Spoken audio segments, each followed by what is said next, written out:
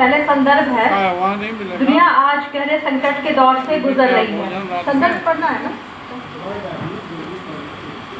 Ukraine और Iran से जुड़े युद्धों में बड़ी शक्तियों की भागीदारी में वैश्विक अस्थिरता को तेज कर दिया है। ये संघर्ष अलग थलग घटनाएं नहीं है, बल्कि नव औपनिवेशवाद संकट की गहराती प्रवृत्तियों का परिणाम है। जहां शक्तिशाली देश संसाधनों और रणनीतिक क्षेत्रों पर अपना नियंत्रण बनाए रखने की कोशिश कर रहे हैं, ऐसे परिप्रेक्ष्य में ईरान का इन दबावों के बीच टिके रहना वैश्विक दक्षिण के सभी राष्ट्र राज्यों, विशेषकर भारत के लिए महत्वपूर्ण महत्व रखता है। इसके परिणाम स्वरूप ऊर्जा और उर्वरक संकट पैदा हुआ है, जिससे कृषि प्रभावित हो रही है और खाद्य संकट की स्थिति बन रही है। साथ ही आवश्यक वस्तुओं की कमी बढ़ रही है। महंगाई, बेरोजगारी और आजीविका का संकट तेजी से गहरा रहा है, जिसका सबसे अधिक असर मजदूरों, किसानों और हाशिए के वर्गों पर पड़ रहा है। युद्ध समाप्त होने के बाद भी यह संकट बना रहेगा, क्योंकि वैश्विक उत्पादन, आपूर्ति और व्यापार में बाधाएं उत्पन्न हो चुकी हैं। इसी के एक साथ केंद्र सरकार की वर्तमान नीतियां, विशेषकर विदेश और व्यापार नीतियां, इस संकट को और बढ़ा रही हैं तथा देश की आर्थिक संप्रभुता को कमजोर कर रही हैं।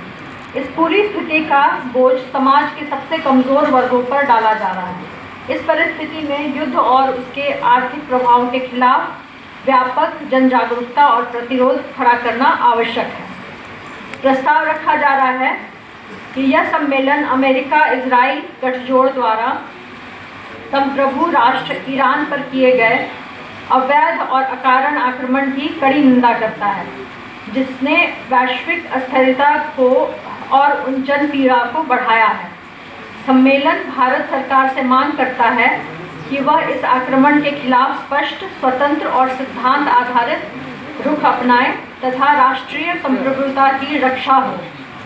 सम्मेलन यह रेखांकित करता है कि युद्ध समाप्त होने के बाद भी ऊर्जा और उर्वरक संकट जारी रहेगा, जिससे कृषि पर प्रतिकूल प्रभाव पड़ेगा, खाद्य संकट गहराएगा और महंगाई, मुद्रास्फीति और बेरोजगारी में वृद्धि होगी।